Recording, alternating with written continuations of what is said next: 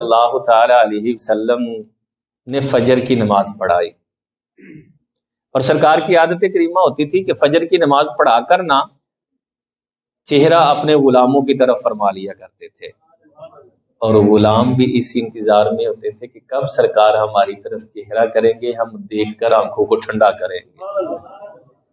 اور مختلف موضوعات پر سرکار گفتگو فرماتے، کبھی پوچھتے خوابوں کے متعلق کہ آج کسی نے اچھا خواب دیکھا ہو وہ خواب بیان کرے، کبھی علم دین کے خزانے ویسے ہی سرکار کھول دیتے اور حکمت اور اسرار جو ہے وہ کھول کھول کر صحابہ کو گویا کہ پلاتے۔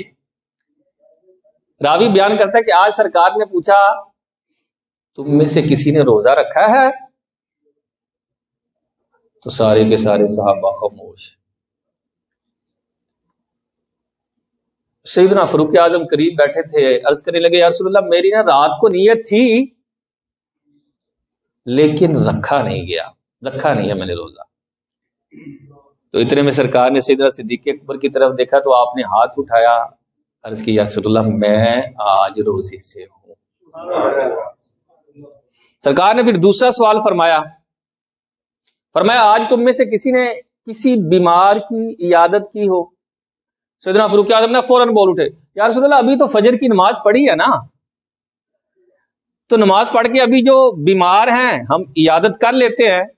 سرکار نے فرمایا تھوڑی دیر ٹھہر نہیں جاتے یار، کیونکہ سرکار واقف تھے، سرکار جانتے تھے کہ کسی نے یہ عمل کیا ہوا ہے۔ سیدنا صدیق اکبر نے نا ایسے ہاتھ اٹھائے، عرض کیا یا رسول اللہ وہ نا میں نے عیادت کی ہے، میرے بھائی عبد الرحمن بن عوف کتنے دن سے علیل تھے، بیمار تھے، اور میرا ان کے ساتھ ویسے بھی گہرا تعلق ہے، وہ بھی تاجر ہے میں بھی تاجر ہوں، لیکن میرا یارانہ بھی ان کے ساتھ کافی گہرا ہے۔ وہ بیمار تھے تو میں نے چونکہ روزہ رکھا، تو روزہ رکھ کر میرے پاس ٹائم تھا تو میں نے سوچا کیوں نہ عبد الرحمن بن عوف کے گھر چلا جاؤں، تو فجر کی نماز سے پہلے میں ان کے گھر چلا گیا اور جا کر ان کی عیادت کی ہے۔ سرکار نے پھر تیسرا سوال فرمایا تم میں سے کسی نے آج صدقہ کیا ہے؟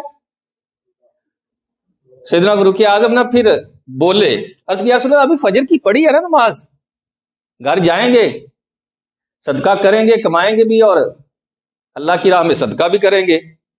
سرکار نے فرمایا یار کہا تو ہے تھوڑی دیر ٹھہر جایا کرو۔ کہتے ہیں میں نے سر نیچے کیا اور دل میں خیال کرنے لگا اور ایسے چوری کن اکھیوں سے صدیق اکبر کو دیکھنے لگا اور کہنے لگا بھائی چوکلا ہاتھ تمہیں چکنا ہے، چوکلا تم بھی نیکیوں میں سب سے پہلے سبقت لینے والے ہو عام میں۔ کہتے دل میں سوچ ہی رہا تھا، صدیق اکبر نے ہاتھ کھڑا کر لیا اور عرض کرنے لگے یا رسول اللہ صدقہ کیا ہے میں نے آج۔ کچھ نہ تشویش ہوئی کہ فجر کی نماز کے ٹائم صدقہ کیسے کیا ہے؟ تو سیدنا صدیق اکبر کہنے لگے کہ جب میں روزے کے لیے اٹھا نا تو میرے ساتھ میرا پوتا لیٹا ہوا تھا، ایک ہی روایت میں بیٹا بھی ہے لیکن پوتے والی روایت زیادہ معتبر ہے۔ کہتے میرے ساتھ میرا پوتا جو ہے نا وہ لیٹا ہوا تھا، تو میرے اٹھنے کی وجہ سے وہ بھی اٹھ گیا، اس نے مجھے کھانا کھاتے یعنی سحری کرتے دیکھا تو کہنے لگا مجھے بھی جو ہے وہ روٹی بنا دے، اس کے لیے بھی ایک روٹی بنا دی۔ تو میں نماز کے لیے نکلنے لگا تو کہنے لگا دادا جی میں نے بھی آپ کے ساتھ ہی جانا ہے نماز پڑھنے۔ تو میں نے کہا آ جاؤ بیٹا کوئی بات نہیں ہے۔ تو میں چونکہ پہلے عبد الرحمن بن عوف کے گھر گیا، وہاں ٹھہرا، اس نے وہ روٹی ہاتھ میں پکڑی ہے اور کھا رہا ہے، عموماً جیسے بچے ہوتے ہیں آپ نے دیکھا بھی ہے۔ کہتے میں پھر وہاں سے نکلا اور مسجد کی طرف آ رہا تھا تو راستے میں ایک سائل جو ہے مانگنے والا ندا دے رہا تھا ہے کوئی اللہ کے نام پر غریب کو کھانا کھلا دے۔ تو کہتے ہیں اس نے آدھی روٹی کھا کر کہا کہ میں نے بس اتنی کھانی اور نہیں کھانی۔ میں نے وہ روٹی پکڑی اور اس فقیر کو وہ روٹی صدقہ کرتے ہوئے دے دی، یا رسول اللہ میں نے صدقہ کیا ہے۔ سیدنا فاروق اعظم رضی اللہ تعالیٰ عنہ کہتے ہیں مجھے نا بڑی حسرت ہوئی، یار اگر یہ نیکیاں کر سکتے ہیں تو میں بھی تو کر سکتا ہوں۔ کیونکہ صحابہ میں جو دوڑ ہوتی تھی نا وہ نیکیوں کی ہوتی تھی، ہمارے ہاں تو پیسے کی دوڑ ہے نا،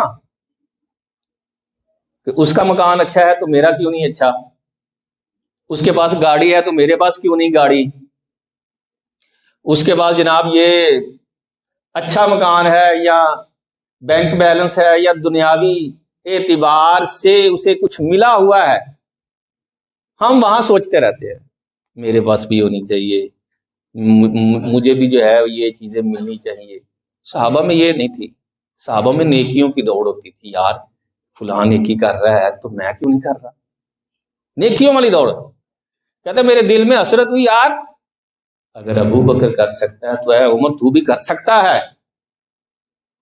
اترے ہوئے چہرے کے ساتھ میں نے چہرہ نیچے کیا تو سرکار نے میری طرف دیکھا کہ عمر نہ پریشان ہو گیا ہے، تو آقا کریم علیہ الصلوۃ والسلام نے ایسے ہاتھ اٹھائے اور ہاتھ اٹھا کر دعا مانگی، اے اللہ عمر کو اپنی رحمت سے حصہ عطا فرما دے۔ کہتے ہیں میں خوش ہو گیا، اور سرکار پھر صدیق اکبر کی طرف مخاطب ہو کر فرمانے لگے، یار ابو بکر تمہیں پتہ ہے اللہ تجھ سے راضی ہے اور اللہ نے تیرے لیے جنت کی بشارت عطا فرمائی ہے۔ ایک مرتبہ فرمانے کے بعد نا کچھ دیر سرکار خاموش ہوئے، اور ظاہر ہے سرکار خاموش ہوں گے تو سارے کے سارے صحابہ بھی خاموش، مجلس میں خاموشی۔ دوبارہ پھر فرمانے لگے، ابو بکر یار تمہیں مبارک ہو، اللہ نے تیرے لیے جنت کی بشارت عطا فرمائی ہے۔ 2 مرتبہ جنت کی بشارت جو ہے ایک ہی مجلس میں نبی کریم صلی اللہ تعالی علیہ وآلہ وسلم نے صحابہ کو جو ہے گواہ بناتے ہوئے بتاتے ہوئے کہ ابو بکر جو ہے وہ جنتی ہے۔ اللہ اکبر۔